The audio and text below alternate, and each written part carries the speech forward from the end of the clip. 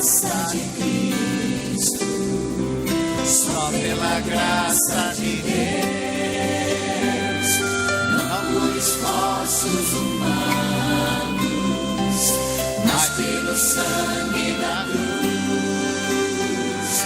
Tua bondade nos chama, nos leva a pregar. Tua presença ilumina, nos leva a trabalhar, nos leva a trabalhar.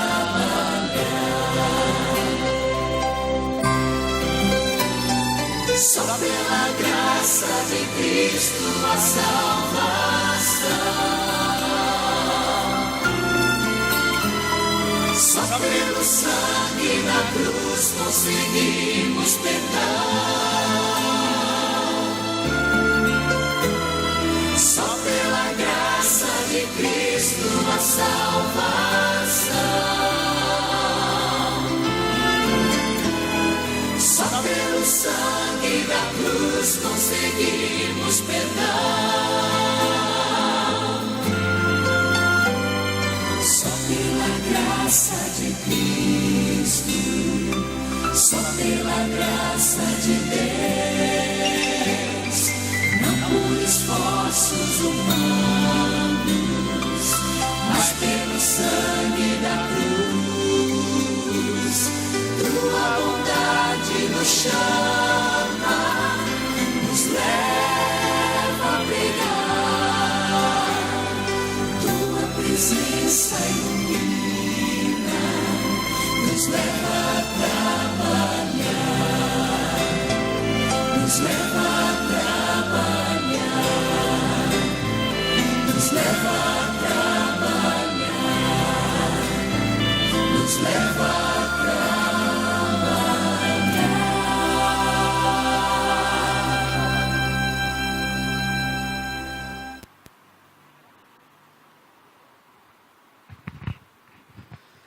Senhor nosso Deus, nosso Pai, nosso querido Senhor, damos graças a Ti, ó Pai, por mais um dia estarmos na Sua casa de oração. Tivemos uma semana repleta de bênçãos e agora completando 9 dias na Tua presença aqui na Tua casa, Senhor. Obrigado, meu Deus. Também lhe pedimos as Suas bênçãos derramadas sobre todas aquelas pessoas que não puderam vir.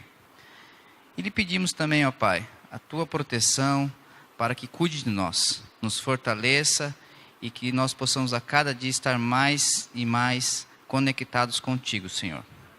Obrigado, meu Deus, receba esse culto de adoração, também que a mensagem venha ao nosso coração para que nós possamos sair daqui transformados, Senhor. Obrigado, Pai, é o que lhe pedimos e agradecemos por Jesus. Amém. Carlos, nós vamos ter que ir um pouquinho mais além, até o 64, porque chegou o Fabinho, a Elaine e o Fábio. Fábio, o pastor levou o vaso que você fez, viu? Ele ficou tão contente com o vaso que acabou levando para casa. Muito bem, irmãos, eu trouxe aqui para vocês alguns brindes, vocês merecem. E o primeiro que eu vou sortear aqui é um filme de Bem com a Vida. Traz histórias de pessoas que tiveram pensamentos positivos, fé em Deus e tiveram uma experiência, ficaram de bem com a vida. Vamos lá? Quem está com o final 60?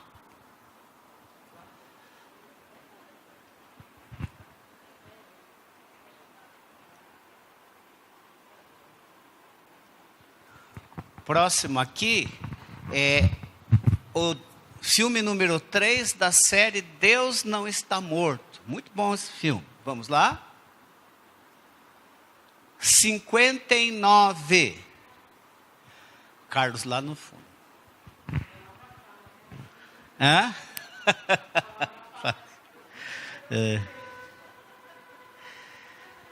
Aqui é esse DVD lançado pela igreja, pelo pastor Dailson Fonseca, da minha história. São história, conta a história. Este não é o fim, história real. Vamos lá? 51. Majane. E finalmente aqui tem um clássico do cinema bíblico, Sansão e Dalila. Aquele mesmo, feito pelo Cecil B. DeMille, né? Filme que conta a história desse personagem bíblico, tão musculoso, mas tão burro, né? Mas mesmo assim Deus o salvou. Vamos lá? 53. Vó.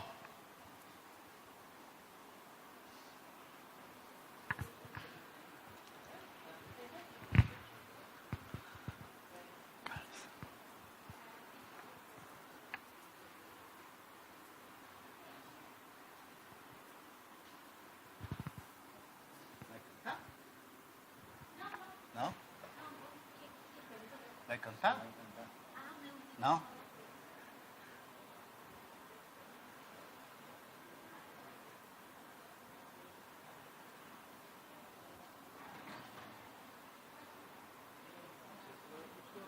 Então eu vou pedindo para você mudar, Carlos, tá?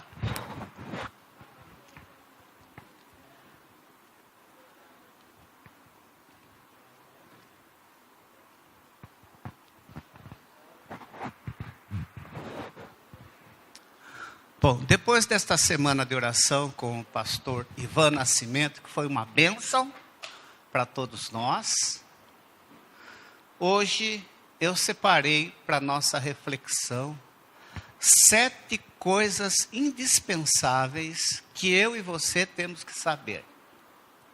São sete verdades bíblicas que devem estar alicerçadas na nossa fé. 7 verdades bíblicas imprescindíveis. Ninguém pode deixar de conhecer essas verdades, recordar essas verdades e memorizar essas verdades. Antes de nós começarmos, então, refletindo sobre elas, vamos fazer uma oração. Feche seus olhos. Querido Pai,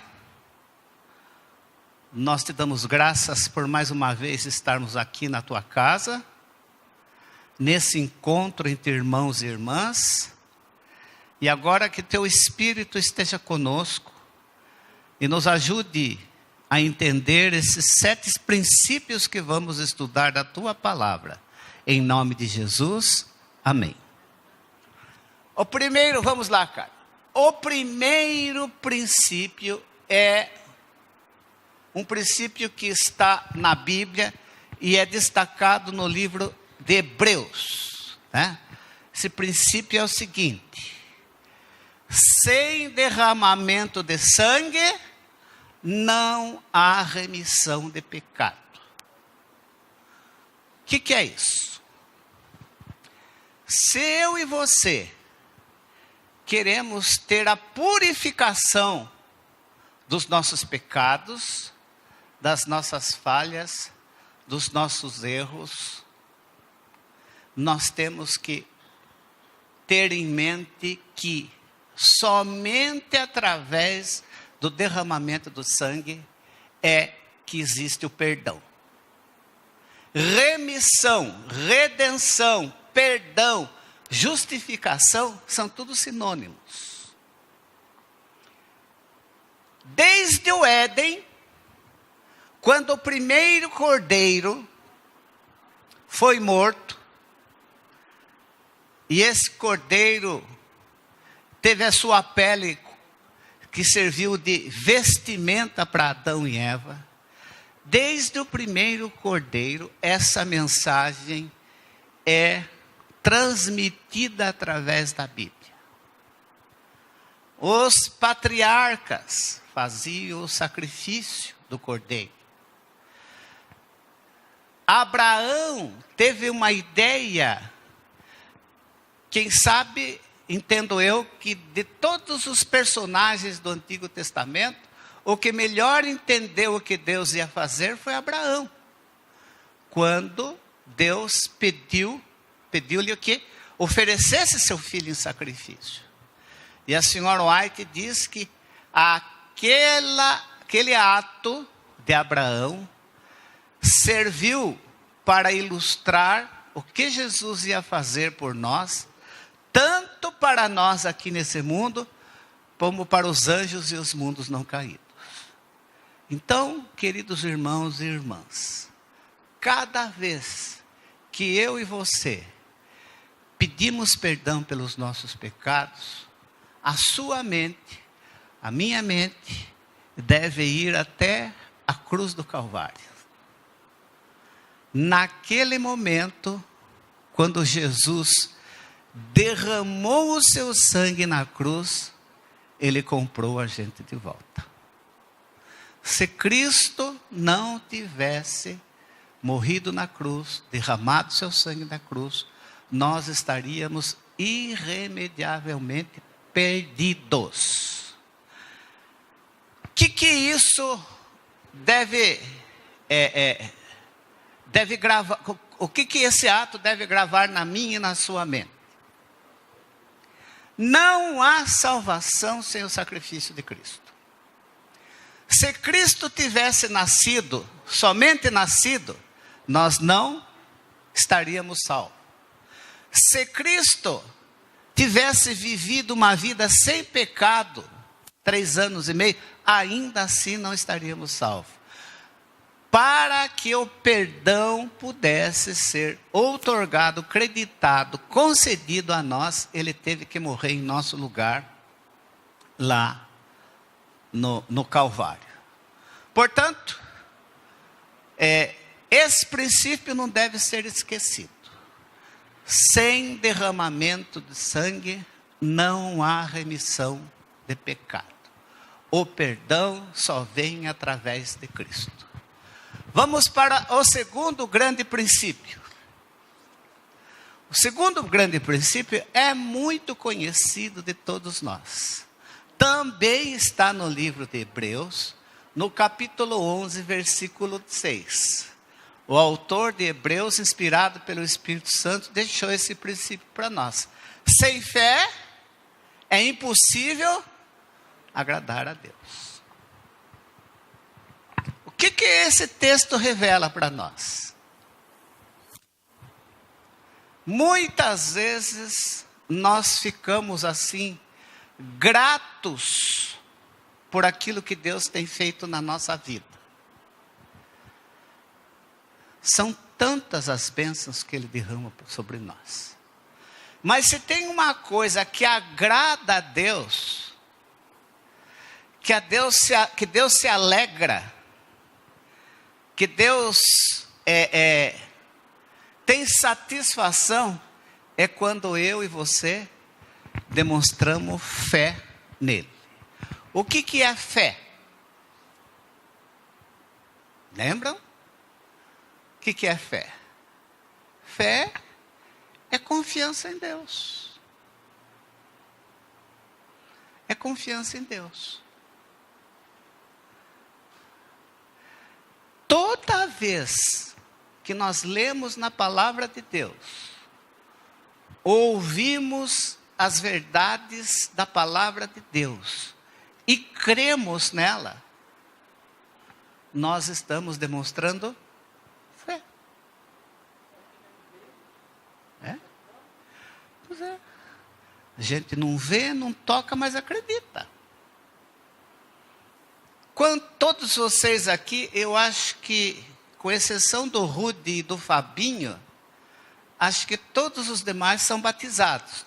Não é isso? Todos são batizados. A irmã é batizada também, né? Então, acho que todos nós somos batizados. Né? O que nos levou a decidir ao batismo? Fé.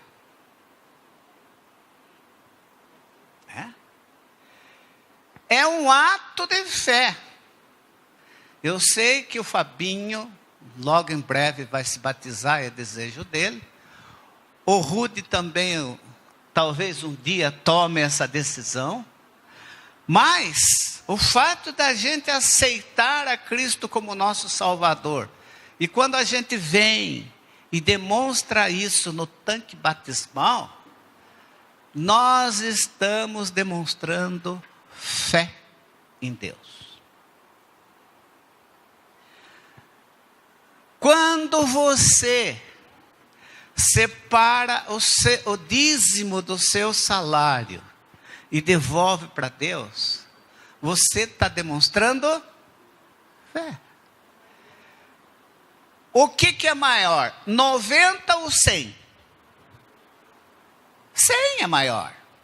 Na matemática humana, se eu tenho 90 no bolso, e aqui tenho 100, na matemática humana, 90 é menos. Mas na matemática de Deus, Deus diz o seguinte: faça a prova de mim. E todos aqueles que têm sido fiéis dizimistas têm percebido que Deus não falha nessa questão. E aqui na nossa igreja nós temos várias pessoas que têm essa experiência. Eu me lembro de uma pessoa que eu tenho acompanhado. Eu tenho visto o progresso da vida dela, que é a avó Dita. Gente, a avó Dita lavava a roupa no rio para sustentar os filhos. Ficou viúva, tinha 7 filhos e lavava a roupa no rio. Morava ali onde ela mora, mas naquela época era sítio lá. Não tinha nem... na biquinha, não tem nem energia elétrica lá. Mas essa mulher, desde que entrou na igreja, ela é fiel dizimista. Ela criou todos os filhos estão bem, né? Ela tem uma boa casa, vive bem, está com mais de 90 anos, não falta nada para ela. Eu fico impressionado. E ela ganha o salário mínimo. Ela ganha o salário mínimo, mas Deus supre todas as necessidades dela. Tem outras pessoas aqui que merecem ser citadas. Eu estou falando do caso da avó Dita, porque eu tenho acompanhado a vida da avó Dita desde que eu entrei na igreja, e eu fiquei impressionado como essa mulher nunca precisou de nada. Ela não teve tudo o que quis, e ainda não tem tudo o que quis. Mas todas as necessidades dela, Deus atendeu. Pois não, irmã? Hã? Então. Sim. Não falta nada. Isso é um ato de fé, gente. Você tem que confiar em Deus. Porque venhamos e convenhamos. A gente se sente mais seguro com o dinheiro no bolso do que sem o dinheiro no bolso, né? Mas as pessoas que são fiéis dizimistas, e esta igreja aqui, irmão generoso, irmã Ivone, em proporção, é a igreja mais fiel de Tatuí. Vocês sabiam disso? É a igreja mais fiel no dízimo em Tatuí. Em proporção, vendo o número de membros e de dizimistas, é o que tem o maior percentual. A associação sempre está elogiando a igreja. Quando nós fazemos a reunião das igrejas no início do ano, para fazer o planejamento distrital, todo ano, sempre vem, a gente está lá em primeiro lugar, em proporção, não é em valor. Tem igreja que tem muito mais membros do que nós e tem menos membro fiel do que nós. Portanto, se tem uma igreja aqui dito que agrada a Deus, é essa igreja. Porque esta igreja tem fé em Deus. Vamos para o nosso terceiro princípio. O terceiro princípio é uma expressão de Tiago. Tiago foi irmão de Jesus, irmão carnal.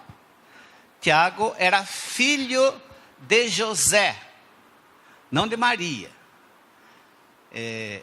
José era viúvo. Tiago, para você ter uma ideia, tinha quase que a mesma idade da madrasta, Maria. Ele teve muitas dificuldades para entender a Jesus, seu irmão. Só se converteu depois mesmo da morte e ressurreição de Jesus. E o apóstolo Paulo diz na sua epístola que Jesus teve um encontro especial com Tiago. A gente não sabe o que eles conversaram. O que a gente sabe é que o livro de Atos dos Apóstolos deixa bem claro que Tiago se tornou um dos grandes líderes da igreja cristã primitiva. Vamos dizer assim, se fosse na igreja, ele seria o primeiro ancião daquela época. Tanto que no primeiro concílio, a decisão final é dada por intermédio dele. Não foi dele, foi em consenso, mas ele que dá a sentença da decisão final a respeito dos gentios. Ele escreveu uma epístola para orientar os crentes. E nessa epístola ele deixou esse princípio aqui. Porque assim como o corpo sem o espírito está morto, assim também a fé sem obras é morta. E vocês estão vendo aí uma imagem de um barco. Para movimentar um barco, precisa-se os remos. Se a gente tiver só um remo, o que acontece? Fica virando em volta, né, Fábio? Fica virando em volta. Para que o barco se movimente, é necessário os dois remos. Então a senhora White fala que a vida do cristão são como os dois remos de um barco. Fé e obras.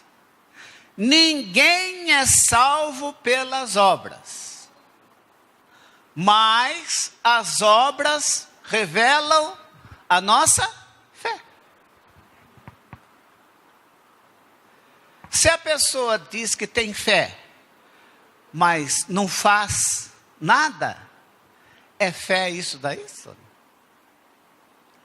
Então, esse é o terceiro grande princípio que eu e você temos que conhecer. Temos que sempre estar lembrando que a fé sem obras é morta. O que isso significa? Que você percebe a fé de alguém pela maneira como ele vive.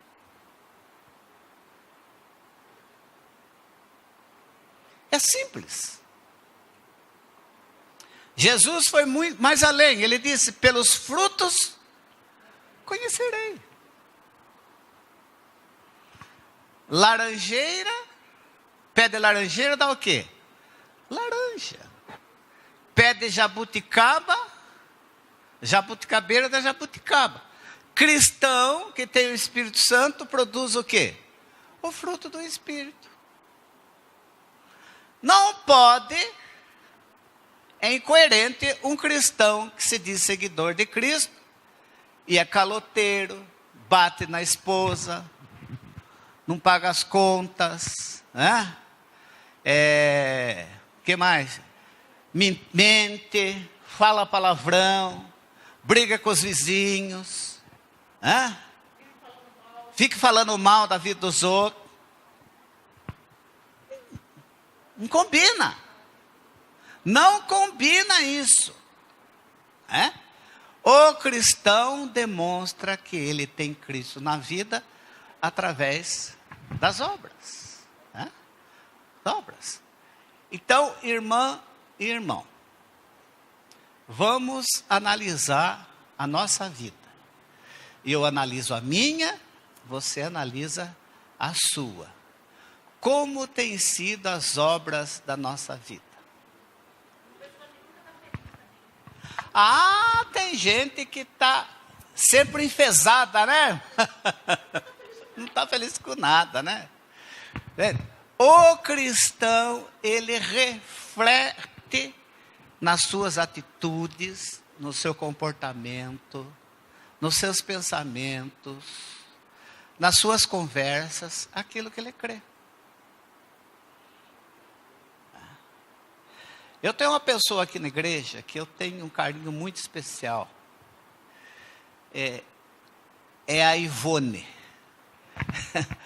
A Ivone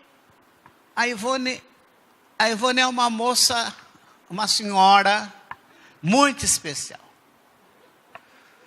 A Ivone chega, está sempre rindo, conversa, está ali, fala com as pessoas, sempre presente, sempre junto com o generoso, sempre com o rosto feliz. A Ivone reflete aquilo que está no coração dela. Vocês nunca viram a Ivone falar na frente, já viram? Eu brinquei hoje agora, vamos lá, Ivone, cantar para nós. Ela não vai, ela é tímida, ela é introvertida, ela não tem esse dom. Mas quando ela e o generoso não vêm na igreja, não faz falta. Parece que faltou alguma coisa. A gente fica assim. Então, Ivone, generoso, vocês refletem a fé que vocês têm, tá? Eu estou falando isso, e isso é para a glória de Deus, não é para exaltação da Ivone, nada disso, mas para vocês verem que às vezes as pessoas que menos aparecem aqui na frente, são aquelas que mais aparecem na fé demonstrada. Vamos agora para o nosso próximo princípio.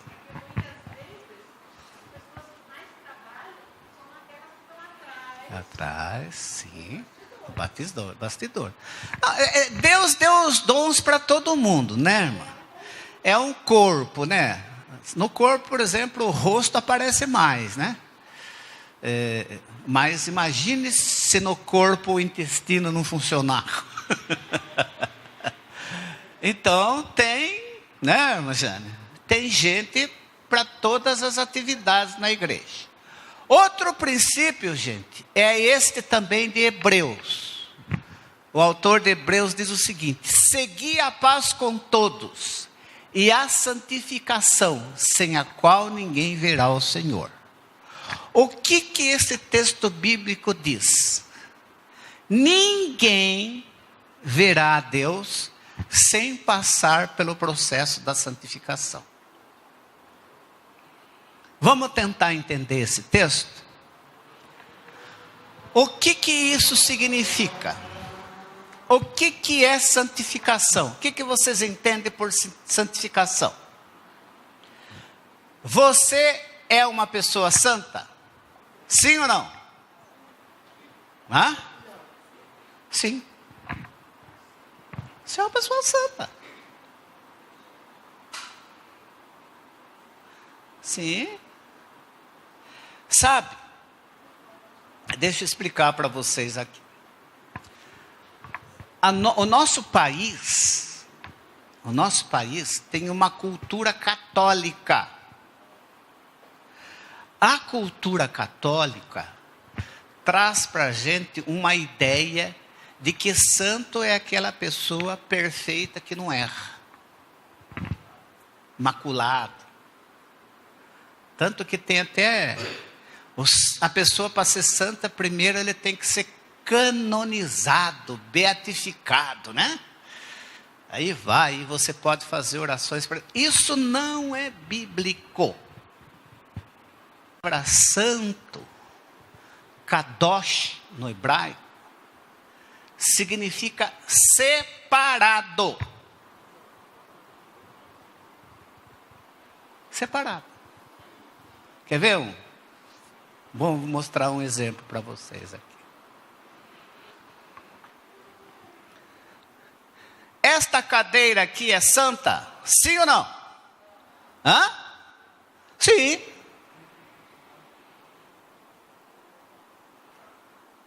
Ela não foi separada para uso aqui da igreja?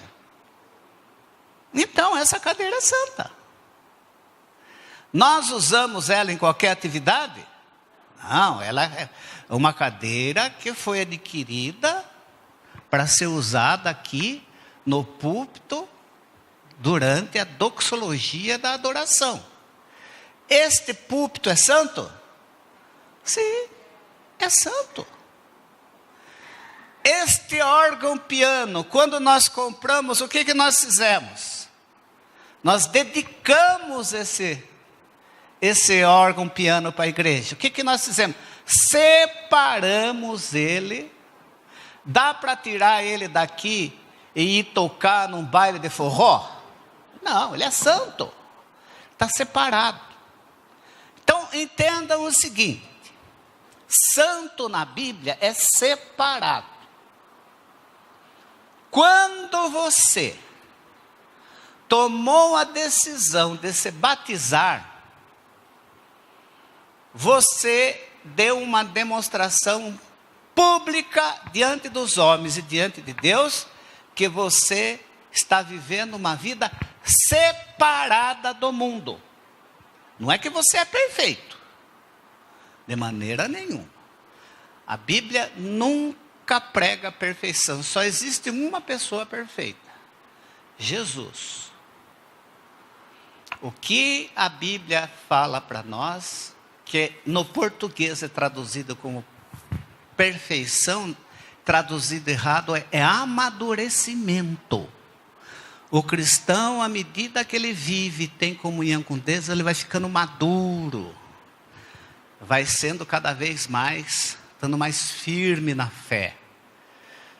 Então, meu irmão e minha irmã, você é santo, você é santa. Você está aqui hoje na igreja por uma decisão sua. Você não podia estar assistindo televisão na sua casa? Assistindo um programa de TV ou qualquer coisa, passeando em algum lugar? Por que você veio aqui? Você veio em busca de Deus. Isso demonstra que você é uma pessoa separada. Poderia raciocinar o seguinte: puxa vida, eu já vim 8 dias seguidos na igreja. Não é isso? Tem aquele verso É? que é tão profundo, né? É? Aqui está a perseverança Do santo. Esse é Apocalipse, né, irmão? Apocalipse. Tá. Entende? Mas não. Você que veio 8 vezes, quis vir hoje aqui.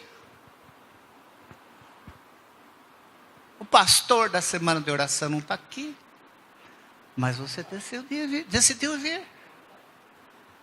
Porque você também quis ter um encontro com Deus. Isso demonstra que você é uma pessoa santa. No conceito bíblico, você é uma pessoa santa. Você quer ter uma vida separada. Nós estamos no mundo, mas nós não somos do mundo.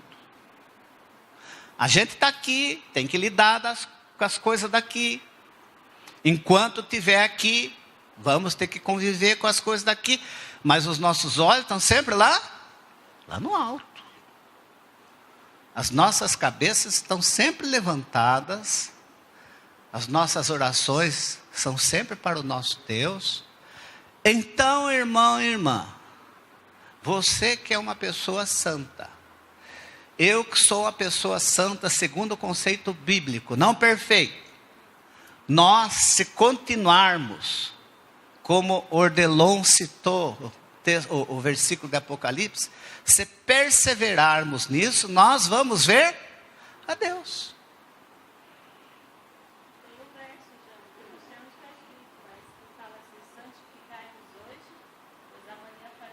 Barateiro de voz. Vamos agora para o próximo princípio. O próximo princípio é o capítulo 13 de 1 Coríntios.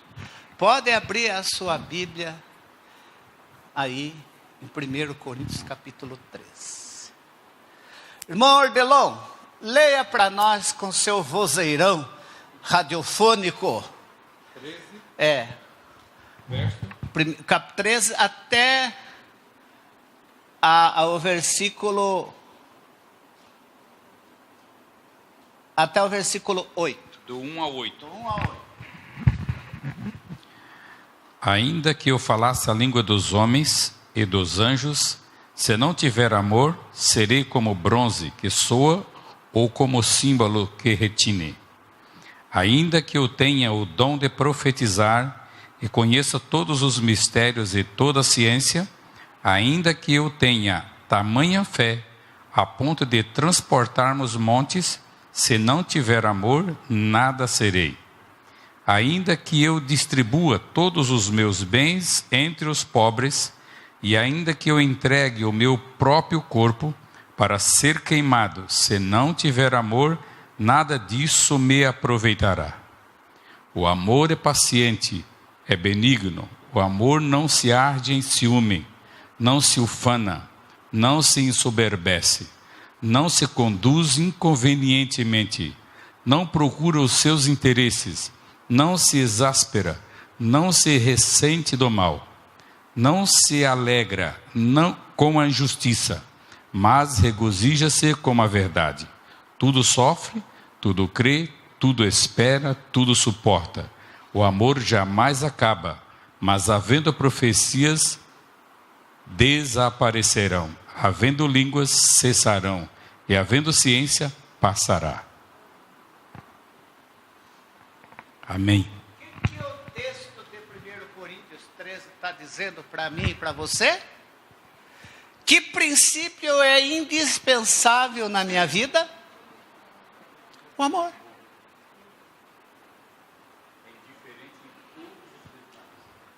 Sem amor,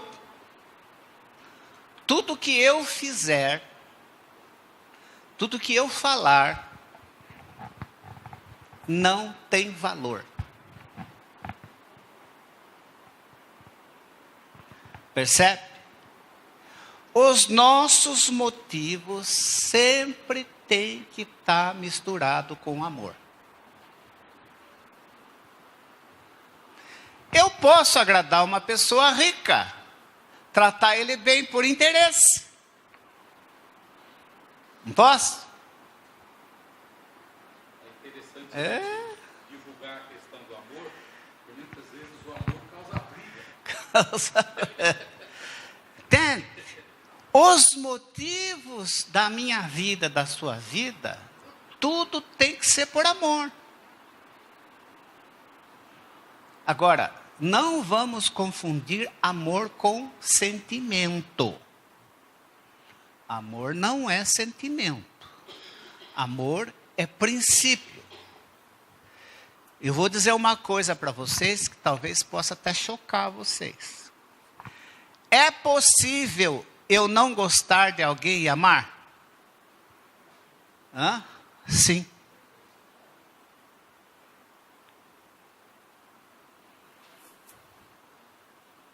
É possível, irmã.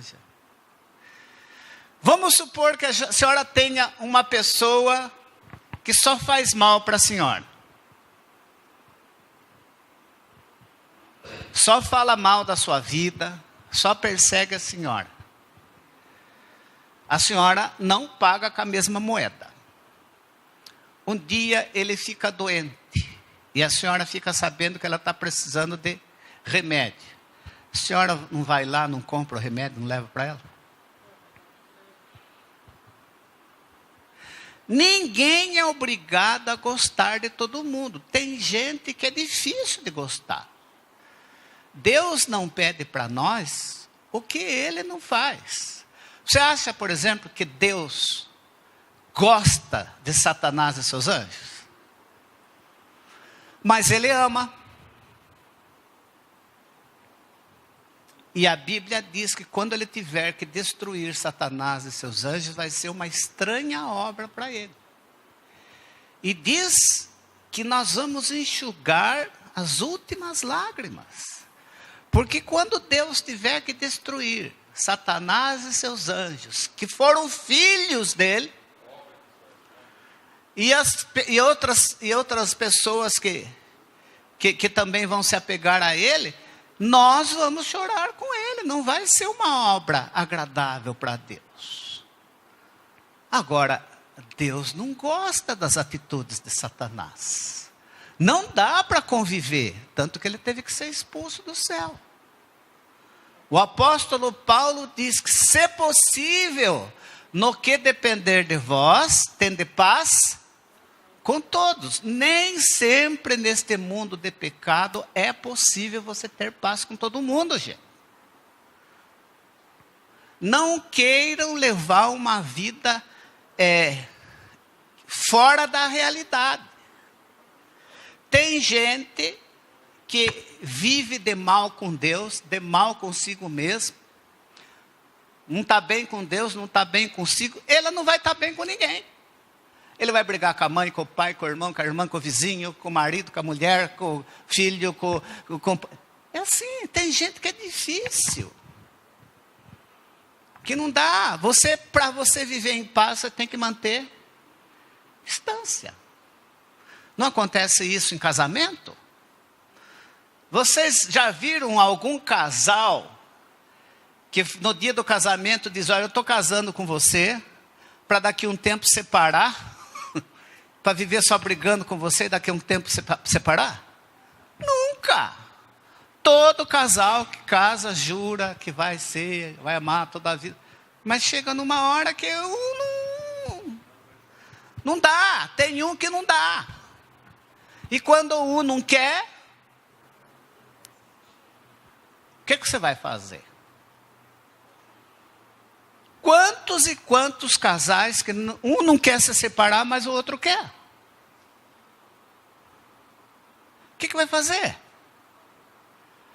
O que o outro que não quer vai fazer? Pôr um revólver na cabeça do outro? Não, você vai obrigado a ficar comigo? Então, gente, não dá para a gente viver uma vida perfeita neste mundo. O que Deus pede para mim e para você é que a gente ame.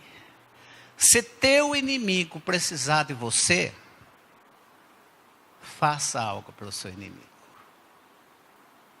Se a pessoa fala mal de você, se ela é desagradável, eu sei que não é fácil,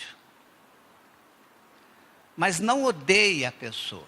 Tenha pena, mantenha distância. Porque vai chegar uma hora que você vai ter que acabar ajudando essa pessoa que fala mal de você.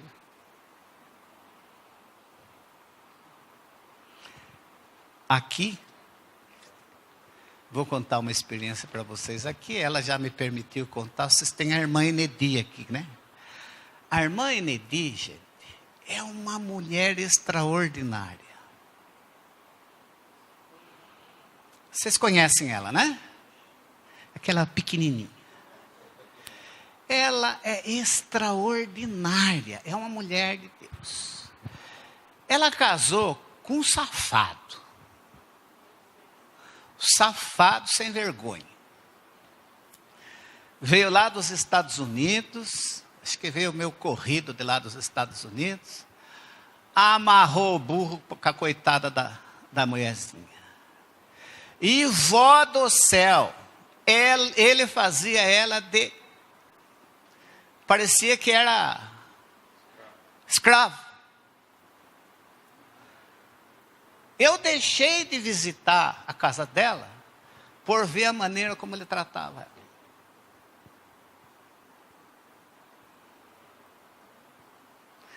Ele disse que consertava a máquina de lavar, ele fazia ela carregar as máquinas de lavar.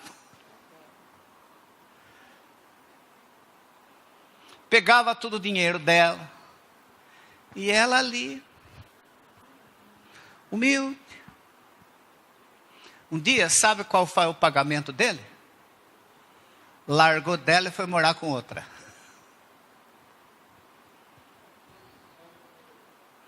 Ela ficou muito triste, chateada, tudo. Exigiu pensão dela. Aí eu entrei com o advogado, com ela, eu entrei na briga, falei, não, chega, agora resolvemos tudo e ela ficou. Chegou um tempo, esse homem ficou doente. E a mulher que estava com ele, sabe o que fez? Pôs ele para a rua. Adivinha onde ele foi parar? Quem cuidou dele até o fim? Gente, se isso não for amor, eu não sei o que é. Cuidou dele até o fim. Esse homem era um escroto. Mas ela ia lá, levava ele no médico. E eu digo uma coisa para vocês. Se essa mulher não tem amor, eu não sei quem tem.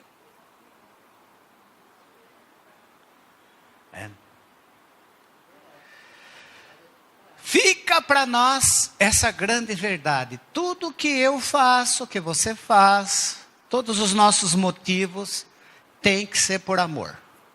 Não pode ser por interesse, tem que ser por amor. Por amor. Sem amor, nada que a gente faz tem valor. Vamos para o 6º princípio. Hebreus novamente. Esse é um princípio difícil de ser aceito, mas é uma verdade. O que diz ali Hebreus? Está ali na versão, a linguagem de hoje. Diz ali o texto: se vocês não são corrigidos, como acontece com todos os filhos de Deus, então não são filhos de verdade, mas filhos ilegítimos.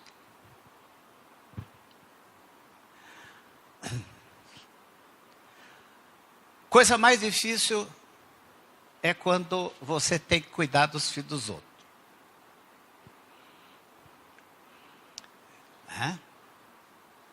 Isso acontece quando as pessoas se casam e vêm com um filho do outro casamento. Eu passei por essa situação. Confesso para vocês que a minha madrasta passou dos limites, eu dei um murro nela.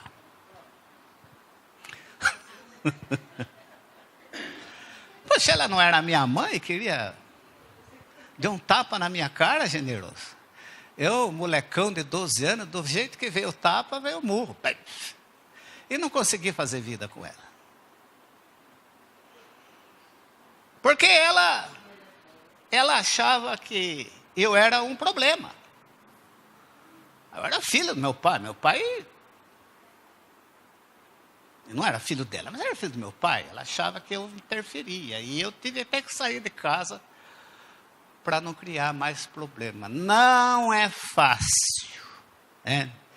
São raros os casos em que uma madrasta ou um padrasto assume como filho de verdade. E eu vejo, quando acontece isso, diz, olha, o seu filho você corrige, o meu filho eu corrijo.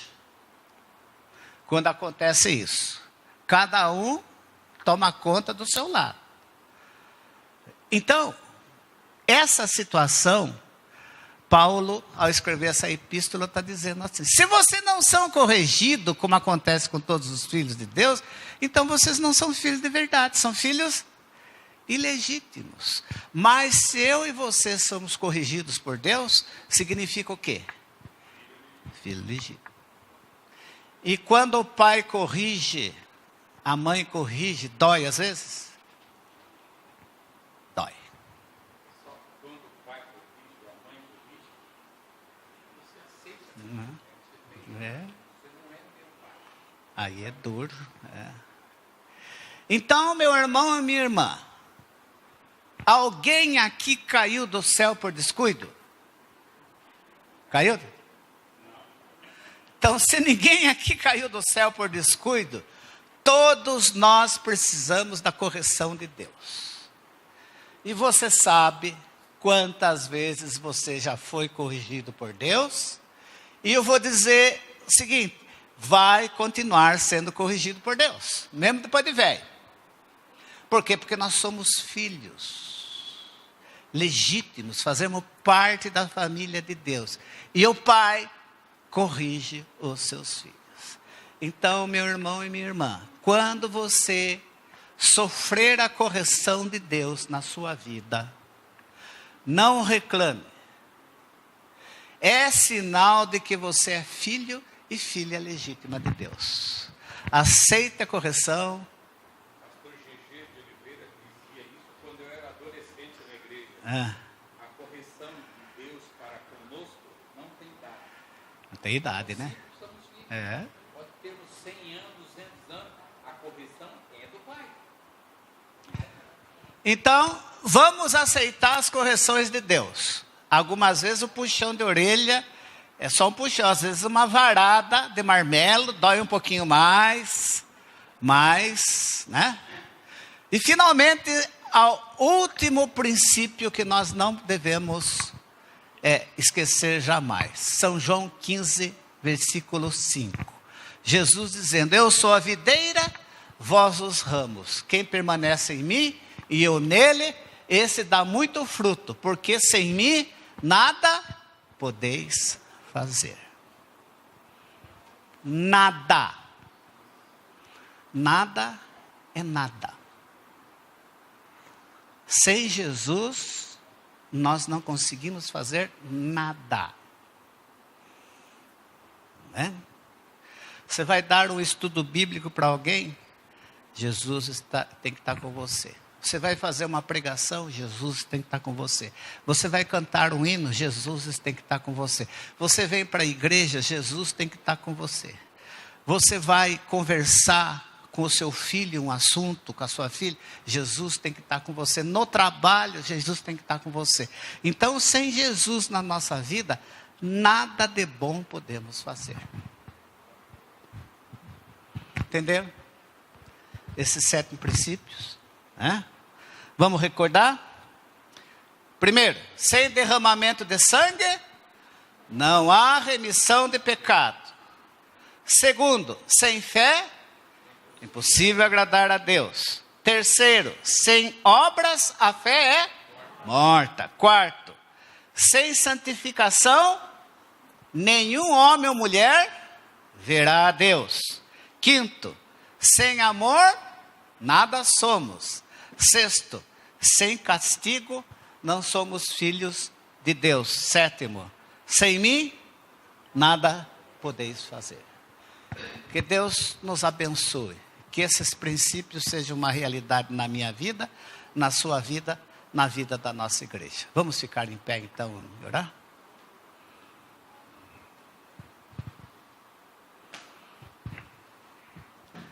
Próximo sábado vai estar aqui conosco o secretário da APSO, pastor Gilson Grutner. Vamos orar então. Querido Pai, aqui estivemos refletindo sobre esses 7 princípios indispensáveis na nossa vida. Capacita-nos a vivê-los e que esses princípios fiquem gravados na nossa mente e que seja uma realidade na vida pessoal de cada um de nós e na vida desta igreja. Agora nós vamos voltar para os nossos lares, nos conduza em proteção, nos dê uma boa noite de repouso, uma semana feliz e protegida, é o que te pedimos e agradecemos no nome de Jesus. Amém.